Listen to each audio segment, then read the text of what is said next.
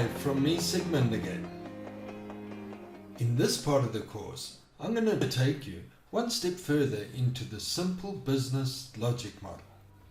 But we're going to complicate it by bringing in a separate owner, as opposed to the first part where the owner and the business were one and the same person. The outcomes from this part of the course will be that you will understand the simple business cash finance model, but with an owner being a separate legal entity to the business. You will have a mind map from which you can draw on in the future when you make a business decision. You'll also be able to identify the difference between owner's equity, the accountant's lovely word of equity, and the business's working capital. There will be a difference between the earlier mind map that you learned and this one. And you'll also be able to identify some more of the risks in this form of the business. Now, why would somebody want to separate the owner and the business? In the first one, we had the owner being the business. So everything the business owned belonged to the owner, and everything the owner owned belonged to the business. What this creates is an environment where if the business goes through difficult times, outsiders can turn to the owner's assets in order to recover their losses.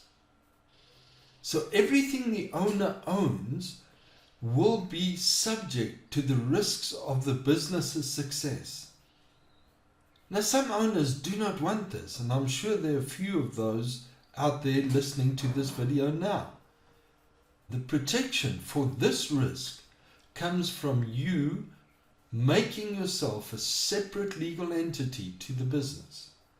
So the owner protects their personal assets from the business by creating a separate legal entity, being the business, from their own personal lives.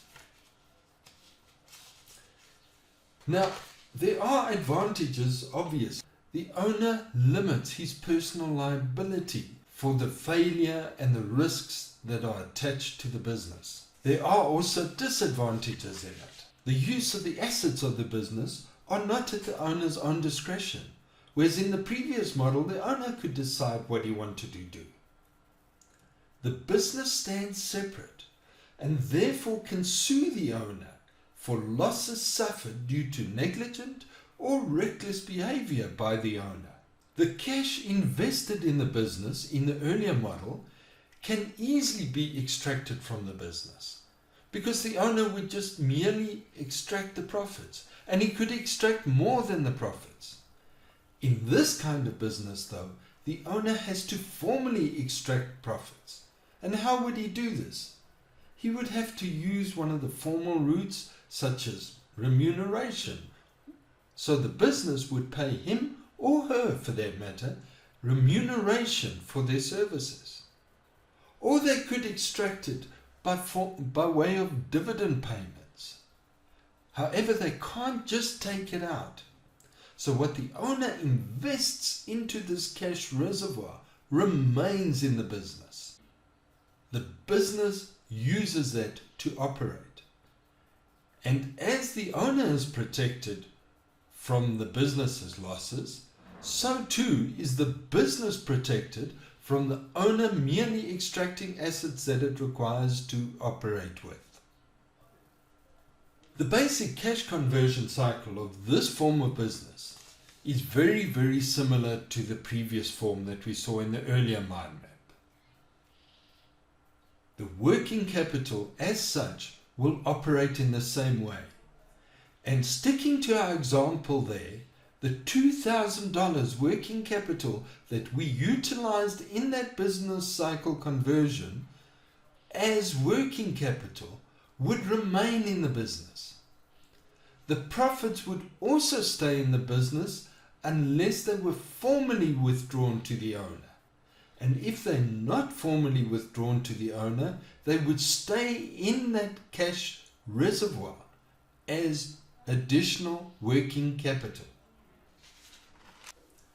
The roles of the owner also change in this form of business. The owner makes decisions for and on behalf of the business. He acts in a different role for himself. So when he's deciding to do something, he's got to always be aware of the fact, is he deciding this on behalf of the business? In which case, he must make a decision that will favor the business and not necessarily favor him. Or is he acting in his own personal capacity?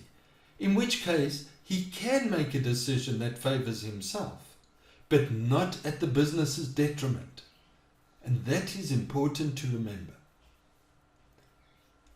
So to summarize then, the owner separates his life from the business, separates his assets from the business, his own personal assets from the business, and the business owns those assets and operates with that working capital in its own capacity, albeit that the owner makes the decisions for the business, because obviously a business isn't a living human and cannot make their own decisions.